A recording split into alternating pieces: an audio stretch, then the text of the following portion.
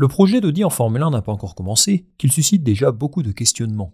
Entre ambition revue à la baisse, rumeurs de vente, niveau de performance absolument catastrophique cette saison, les débuts d'Audi dans la discipline sont ô combien compliqués. C'est rare qu'une écurie soit si critiquée avant même de faire ses premiers pas en Formule 1. Car oui, officiellement, Audi n'est toujours pas sur la grille. Nous verrons ses couleurs iconiques sur la grille à partir de 2026 seulement. À moins d'un retournement de situation, nous devons encore subir, ou peut-être apprécier pour certains, ces couleurs vertes flashy et ces sponsors qui font passer cette voiture pour un homme sandwich. Mais ne nous trompons pas, Sauber, c'est Audi. Le groupe allemand a acquis l'intégralité des parts de l'équipe en début d'année, et ils ont donc une certaine responsabilité dans ce qu'est devenu l'écurie aujourd'hui. Bien sûr, les décisions stratégiques et techniques n'ont pas toutes été prises par Audi jusqu'à présent. En revanche, ce qui est sûr, c'est qu'ils sont aujourd'hui aux manettes en ce qui concerne le développement futur de l'équipe. Mattia Binotto est depuis récemment le nouveau patron du projet, et ça, c'est une décision d'Audi. L'arrivée de Jonathan Whitley en 2026 comme team principal, c'est également leur choix. Et la potentielle décision de vendre des parts de l'équipe sera également de leur ressort. Car oui, ces dernières semaines, des rumeurs de vente ont émergé. Il y aurait notamment un intérêt de la part de l'État du Qatar, et certains médias, comme The Race, avancent que les discussions sont bien avancées. Il se pourrait même qu'un accord de vente soit officialisé lors du prochain Grand Prix, à Losail, qui a lieu du 25 novembre au 1er décembre. Le dossier d'Audi m'intéresse particulièrement. Après tout, ce n'est pas tous les jours qu'un tel groupe automobile s'engage en Formule 1. Ils ont bien évidemment une histoire riche en sport mécanique.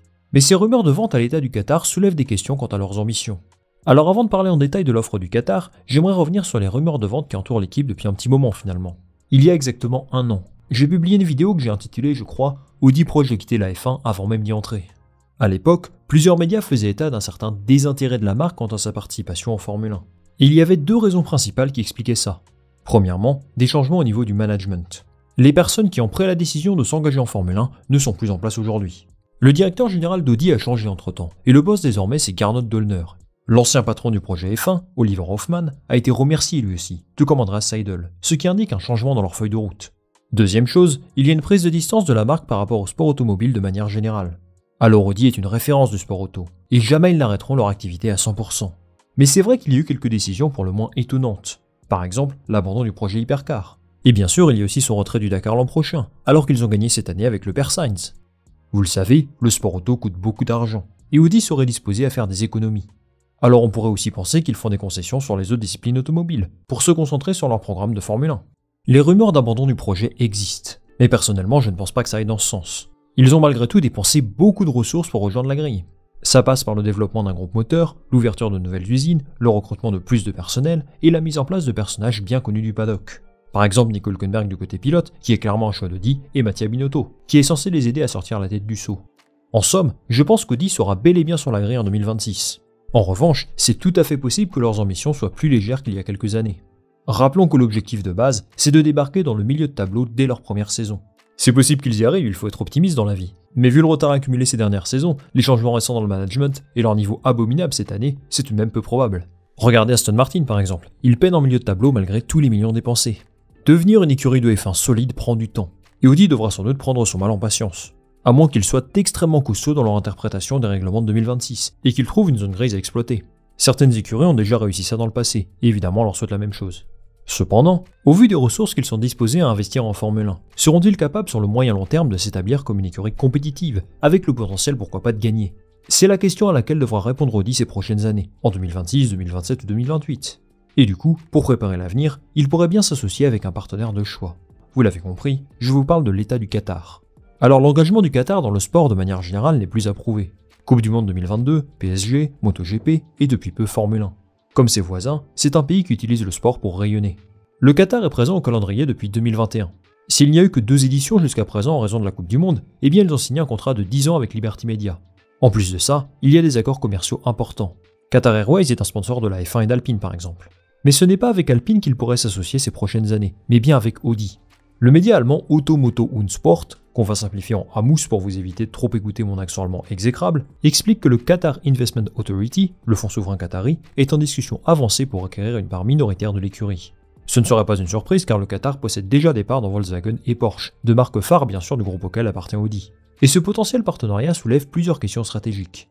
La première question à se poser, c'est pourquoi Audi souhaite s'associer avec le Qatar. S'engager en Formule 1 représente un investissement financier colossal. Le média The Race par exemple estime qu'Audi a dépensé autour des 600 millions de dollars rien que pour racheter Sauber. Et ensuite, il y a tout un tas d'autres coûts qui viennent s'ajouter à ça. Par exemple le développement d'un groupe moteur, Et ça les amis, ça a dû être salé. Donc à leur début en 2026, ils auront très probablement dépassé le milliard d'euros dépensés. De plus, Sauber est la pire équipe de la grille aujourd'hui. Et il va sans dire qu'ils vont devoir moderniser leur infrastructure pour retrouver un peu de compétitivité. Ça va sûrement passer par une grosse stratégie de recrutement aussi.